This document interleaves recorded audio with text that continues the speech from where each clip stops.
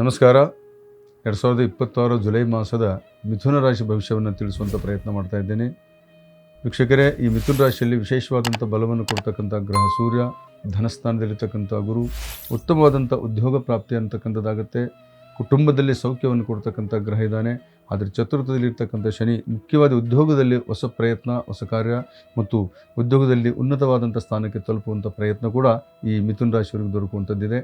ಹಾಗೆಯೇ ಈ ಎರಡನೇ ಭಾವದಲ್ಲಿರ್ತಕ್ಕಂಥ ಗುರು ನಿಮ್ಮ ಕೌಟುಂಬಿಕ ಸೌಖ್ಯವನ್ನು ಕೊಡ್ತಕ್ಕಂಥವನಾಗ್ತಾನೆ. ಶಿಕ್ಷಣದಲ್ಲಿ ಕೂಡ ಉತ್ತಮವಾದಂಥ ಬಲವನ್ನು ತುಂಬುತ್ತಾನೆ ಗುರು ನಿಮಗೆ.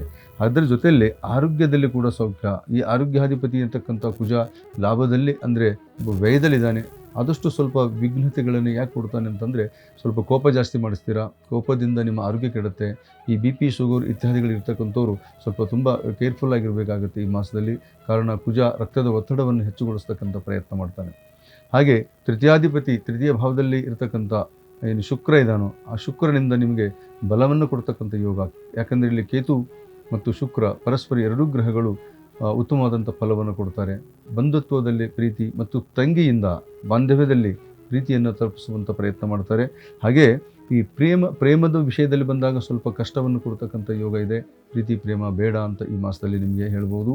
ಹಾಗೆಯೇ ಈ ಅಷ್ಟಮ ಭಾವ ಅಂದರೆ ನವಮ ಭಾವದಲ್ಲಿರ್ತಕ್ಕಂಥ ರಾಹು ಪಿತೃಗಳಿಂದ ಸ್ವಲ್ಪ ಕಷ್ಟ, ತಂದೆಯಿಂದ ಸ್ವಲ್ಪ ಕಷ್ಟ ಅಥವಾ ತಂದೆ ಆರೋಗ್ಯದಲ್ಲಿ ಕಷ್ಟ ಈ ಮಾಸದಲ್ಲಿ ನೀವು ಕಾಣುವಂಥ ಸೂಚನೆ ಇದೆ. ಹಾಗಾಗಿ ಆರೋಗ್ಯದ ಕಡೆ ಗಮನ ಕೊಡಿ. ಸ್ವಲ್ಪ ವ್ಯಯ ಅನ್ನುವಂಥದ್ದು ಇದೆ, ಲಾಭ ಅನ್ನುವಂಥದ್ದು ಇದ್ದರೂ ಕೂಡ ಅದಕ್ಕೆ ವ್ಯಯ ಅಂದರೆ 7 ಭಾಗ ನಿಮಗೆ ವ್ಯಯ ಆದರೆ 3 ಭಾಗ ಮಾತ್ರ ಲಾಭ ಅನ್ನುವಂಥದ್ದು ಕಾಣ್ತಾ ಇದೆ. ಅದು ಧನ ಬರುತ್ತೆ, ಆದರೆ ಬಂದ ಧನವನ್ನು ಅನಾವಶ್ಯಕವಾಗಿ ವ್ಯಯ ಮಾಡುವಂಥ ಒಂದು ಸಂದರ್ಭ ಇದೆ. ಹಾಗಾಗಿ ವ್ಯಯದ ಕಡೆ ಗಮನ ಕೊಡುವಂಥ ಪ್ರಯತ್ನ ಮಾಡಬೇಡಿ. 16 ತಾರೀಕಿನ ನಂತರ ಇನ್ನೂ ಉತ್ತಮವಾದಂಥ ಫಲ ನಿಮಗೆ ಸಿಗುತ್ತೆ.